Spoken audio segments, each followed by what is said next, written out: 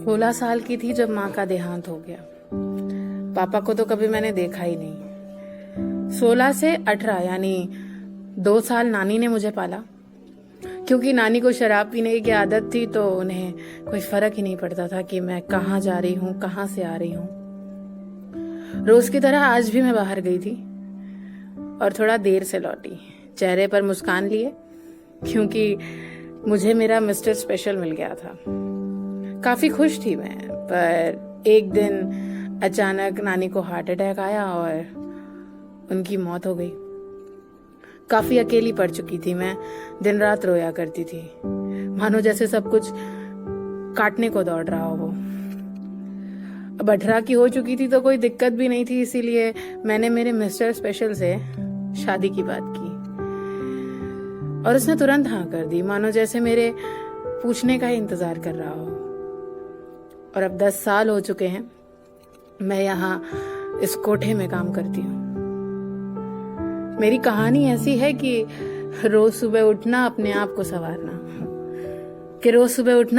को संवारना, जबरदस्ती का मुस्कुराकर अपने आप से हारना। यहाँ अमूल्य कीमत पर हमारा शरीर बिकता है और सच बताऊं तो ये काम बहुत बेकार लगता है।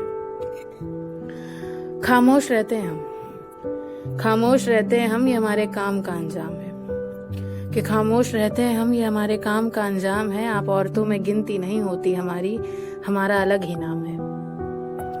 सोचती हूँ कि छोड़ दूं सब, पर कैसे?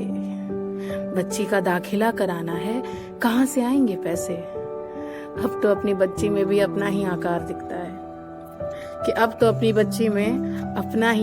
दिखता है और सच बताऊं तो ये काम बहुत बेकार लगता है। बच्ची से याद आया, ये बच्ची हमारी है, हमारे उस मिस्टर स्पेशल की आखिरी निशानी है। मोहब्बत करते थे उनसे, उनकी मोहब्बत में हमने जमाने से परहेज किया और उनकी मोहब्बत देखो, उन्होंने हमें यहाँ लाकर बेच दिया। मुझे और मेरी बच्ची को आज भी उसका बाप ईमानदार लगता है और सच बताऊं तो ये काम बहुत बेकार लगता है। अब ये सब कुछ छोड़ना चाहती हूँ, जमाने को पीछे छोड़ उड़ना चाहती हूँ, पर इस महंगे से शहर को देखकर रुक जाती हूँ, टोंट और तानों के डर से छुप जाती हूँ। पैसे की कीमत इतनी है कि ये धंधा भी मुझे स्वीकार लगता है, पर मेरा दिल ही जानता है कि मुझे ये काम कितना बेकार लगता है।